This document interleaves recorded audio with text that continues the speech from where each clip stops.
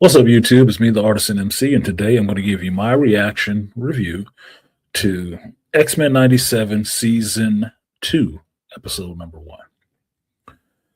Well, I have mixed feelings about looking forward to this season because of the firing of Bo DeMeo from the writing of this show. So I'm really taking a step back and just looking at the whole dish rather than just being fixated on the one thing that's on the plate and wanting to see where the kinks in the armor are and where the BS comes in. And I can say for the first episode of this, it seemed like it was rushed along.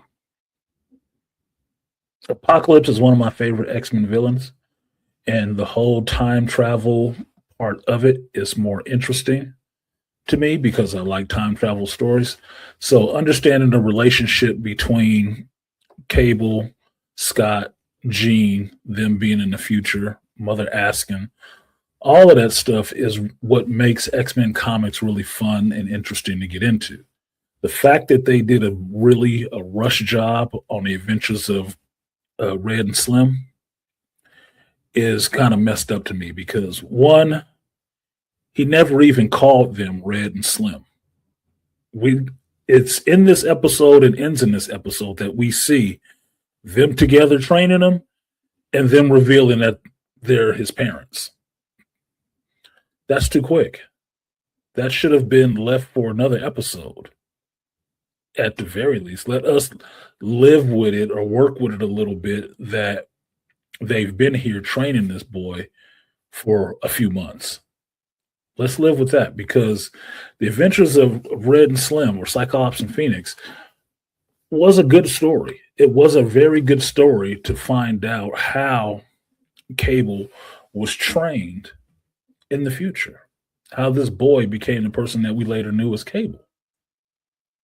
It's very specific and it's very important, especially when you find out who Mother Askin is, that is his sister, Rachel Summers, the actual daughter of Scott and Jean, and Cable being the daughter of Scott and Madeline Pryor.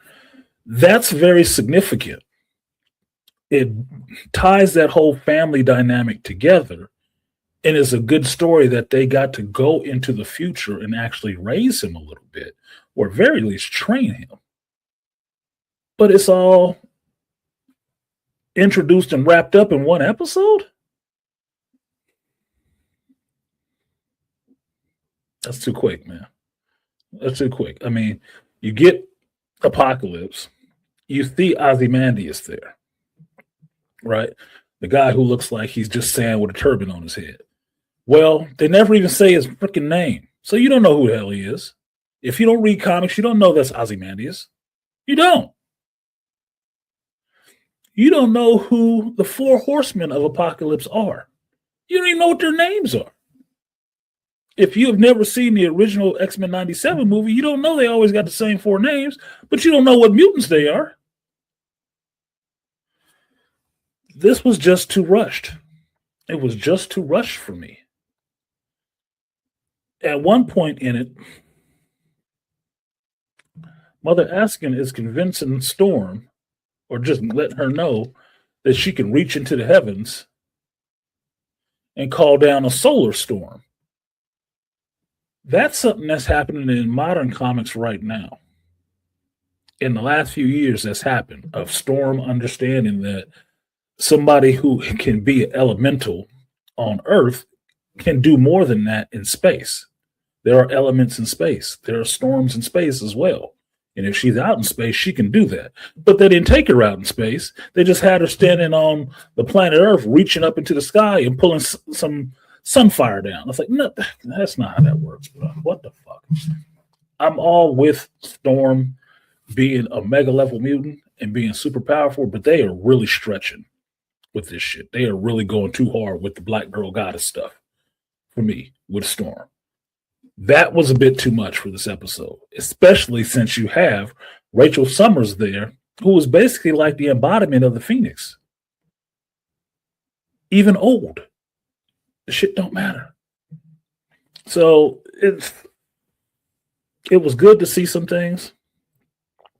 Getting to see the feral Wolverine is good, but it's mixing a lot of stuff together. And I said it on my Patreon stream about how them mixing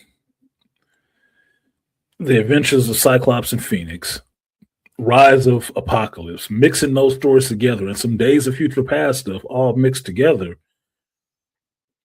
Each one of those by themselves are an undertaking and a challenge. To do them all together and make it turn out good is overly challenging. I don't think these new age of writers are up to that task, because when I'm looking at this episode and I see the person who got the writing credits on it, it does not say Beau DeMayo. And that's why it shows that none of these characters had names. Nathan didn't even call Scott and Jean Red and Slim. So apparently the person who wrote the shit didn't know that's what they were called. So it's the first episode. We had a bunch of stuff, even some rehashes from the first episode of last season with Cyclops using his optic blast to slide around the floor and stuff like that. And I'm like, I've seen this already. Who are you? You are a poser. So the episode was over and done with before you even knew what was going on and who was happening, how it was happening. And I'm just like, fine, that was the first episode. I wasn't overly hyped, but it was cool to see certain things. Now, I'm not telling you the story because it's fresh out. You can go watch it. It's only 30 minutes. Spend some of your time and your Disney Plus money to give it a watch. But my reaction to it is, okay, it's the first episode. It went by too quick. And they didn't name enough of the characters for the people who don't know. That's it.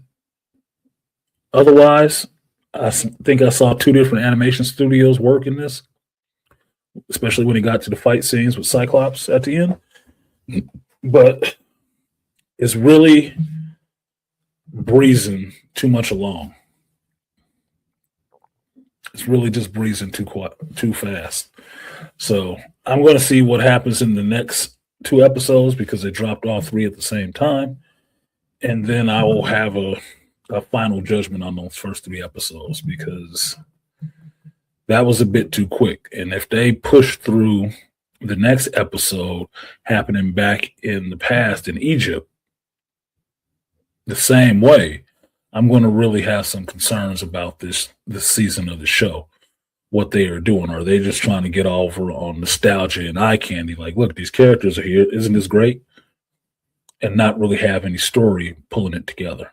So that's it. That is my reaction to X-Men 97 Season 2, Episode 1. Like, share, subscribe, support the stream if you feel so inclined. I'm Artisan C, and I will see you next time. Peace.